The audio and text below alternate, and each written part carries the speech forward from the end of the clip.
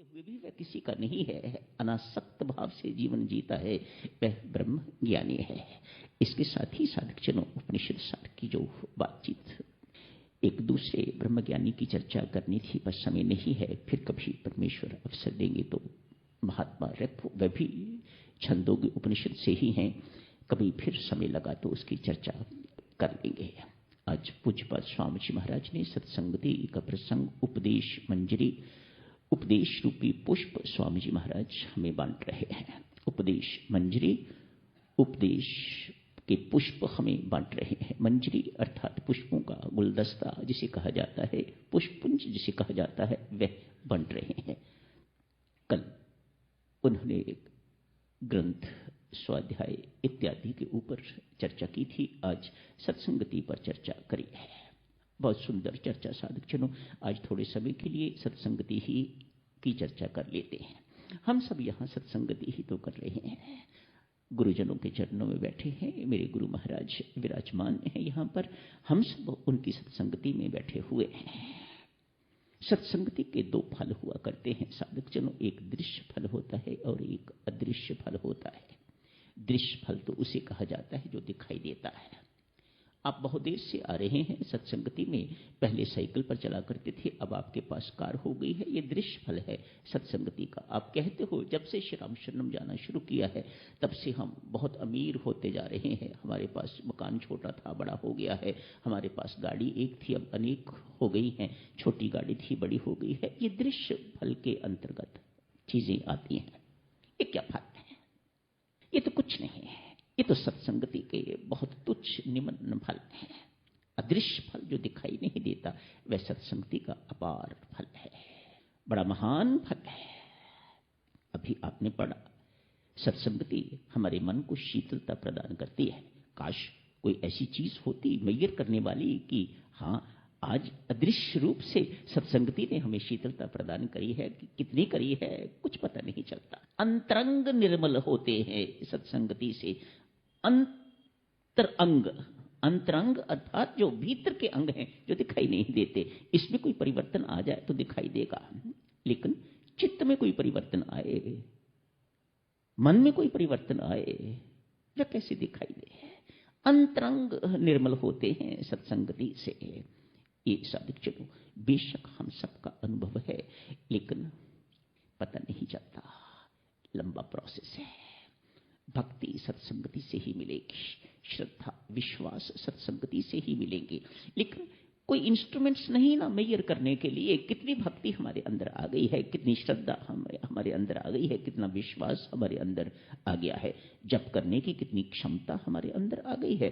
क्या ये शरीर, क्या ये मन, क्या ये तन इतना योग्य है, सक्षम है कि जो जाप आप लाखों की संख्या में कर लेते हो, कर सकती है ये जीवा, ये मांस का लोथड़ा नहीं कर सकते। तो कोई करवाने वाला है, कैसे पता लगे इस बात का? ये अदृश्य सत्संगति के लाभ है, अपार बड़े रहस्यपूर्ण लाभ होते हैं सत्संगति के।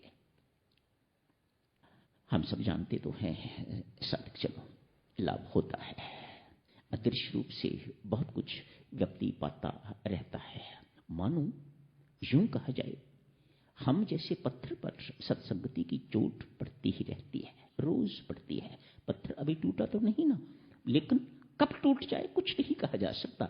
कौन सी सत्संगति की चोट इस पत्थर को तोड़ के, इस रॉक, इस चट्टान को रूपी ये जो पत्थर है, इसे तोड़ के चकनाचूर कर दे, कुछ नहीं कहा जा सकता। इंतजार कीजिएगा, ये सत्संगति की महिमा है। आइए साधक जनों, एक छोटी सी उदाहरण से देखते हैं, मामूली सी उदाहरण। कोई सत्संगति का कोई विशेष लाभ नहीं है, लेकिन है तो कोई शक नहीं, जीवन में परिवर्तन हो गया। एक संत महात्मा अकेले निर्जन स्थान पर एक जंगल में रहते हैं। टूटी फूटी कुटिया है, पास कुछ भी नहीं है, द्वार खुला है बंद है, कोई फर्क नहीं पड़ता। क्या कोई उठा के ले जाएगा, क्या कोई मेरा को बिगाड़ जाएगा? ये देह आखिर एक न एक दिन खत्म होनी ही होनी है। कैसी खत्म होनी है ये परमात्मा के वश की बात है, मेरी चिंता का विषय नहीं है। ये साधुता की बातें हैं, काहे की चिंता करनी है? यदि परमेश्वर ने लिख रखा है, रच रखा है कि शेर ने मुझे खाना है, हाँ, सावधानी बरतनी चाहिए। ठंड न लगे, शरीर ठीक रहे, जो स्वास्थ्य के नियम है उनका पालन इत्यादि हमें करते रहना चाहिए। आज एक रात को चोर आ गया है, अंधेरी रात है, द्वार खुला हुआ है, शायद थोड़ा सा बंद किया होगा, कुंडी वगैरह तो शायद संत के द्वार पर होगी ही नहीं। भीतर गया, टटोला, इधर उधर देखा, कुछ नहीं मिला। संत की आंख खुल गई, देखा कोई आया है, कोई चीज को ढूंढ रहा है, निराश जाएगा यहां से, इस कुटिया से क्या मिलेगा, टूटा फूटा बर्तन वे कभी ये ले जाना नहीं चाहेगा, फटे पुराने वस्त्र ये भी ले जाना नहीं चाहेगा, एक कंबल है जो मैंने ओढ़ा हुआ है वह अच्छा है, उसे उतार के एक तरफ रख दिया है।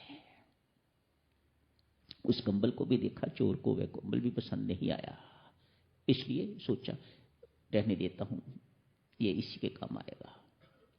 जाने लगे, द्वार के थोड़ी ही दूर बाहर तो संत ने कहा, भाई ये कंबल रखा है, ये तो ले जाओ, मेरा इसके बिना काम चल जाएगा, तू ले जा, अच्छा है, ये इतना घटिया नहीं है, तेरे काम आ जाएगा, ले जा इसे। डाकू ने चुप करके कंबल को उठा लिया। द्वार बंद करते जाना। संत ने कहा, कोई और आ जाएगा तो मेरे पास और कुछ देने को नहीं है। संत ने कहा, द्वार बंद कर दिया।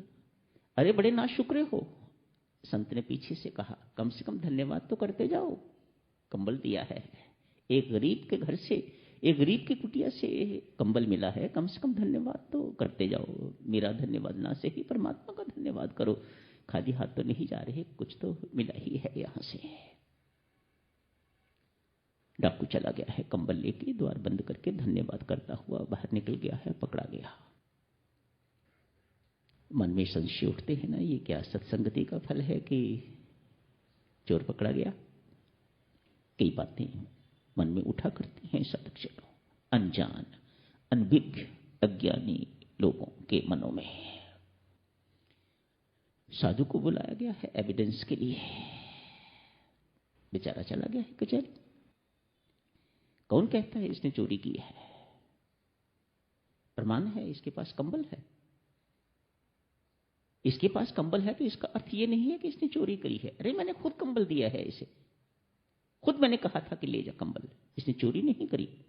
इतना शरीफ आदमी है, इतना अच्छा आदमी है, इतना नेक आदमी है, कुटिया का द्वार बंद करके गया है, मुझे धन्यवाद करके गया है, आप कैसे इसे चोर?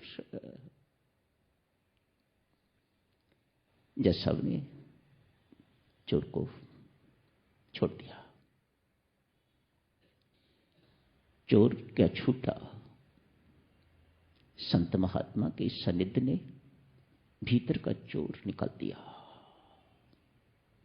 जीवन बदल गया। उस वक्त तो इस फल का पता नहीं लगा, लेकिन आज जब जीवन परिवर्तित हो गया तो पता लगता है कि सत्संगति की महिमा कितनी अपार है। भीतर से दुर्गुण दूर होते जाएं, ये सत्संगति का अदृश्य एवं दृश्य फल है। दुर्गुण दूर होते जाएं तो कुछ पता भी चलता रहता है, पर फिर आते जाते रहते हैं। लेकिन संत की चोट, सत्संगति की चोट व्यर्थ नहीं जाती, वह अपना काम कर ही रही है। याद रखिएगा इस बात को। सत्संगति से कभी किसी को कुछ न मिले, साधक जनों, ये मेरा हृदय नहीं मानता, ये मैं कभी नहीं मान सकूंगा कि सत्संगति में आए हो आप सही मायने में आए हो, अच्छे भाव लेके आए हो कि मैं जहां जा रहा हूं वहां से कुछ पाके आऊंगा। कभी हो नहीं सकता कि आप यहां से खाली हाथ चले जाओ। मैं पैसे की बात नहीं कर रहा, मैं दृश्य तुच्छ निम्न फलों की बात नहीं कर रहा, मैं तो उन उच्च फलों की बात कर रहा हूं जो अदृश्य हैं, जो दिखाई नहीं देते, जो मीनिंगफुल हैं, जो आपके जीवन में परिवर्तन लाते हैं, जो आपके जीवन में पवित्रता लाते हैं, जो आपके दुर्गुणों को दूर करके आपके अंदर मानवता को जगा देते हैं, पशुता को खत्म कर देते हैं। ये सब कुछ होगा कब? सत्संगति से। यही समाप्त करने की इजाजत दीजिएगा। धन्यवाद। होते हुए भी वह किसी का नहीं है, अनासक्त भाव से जीवन जीता है।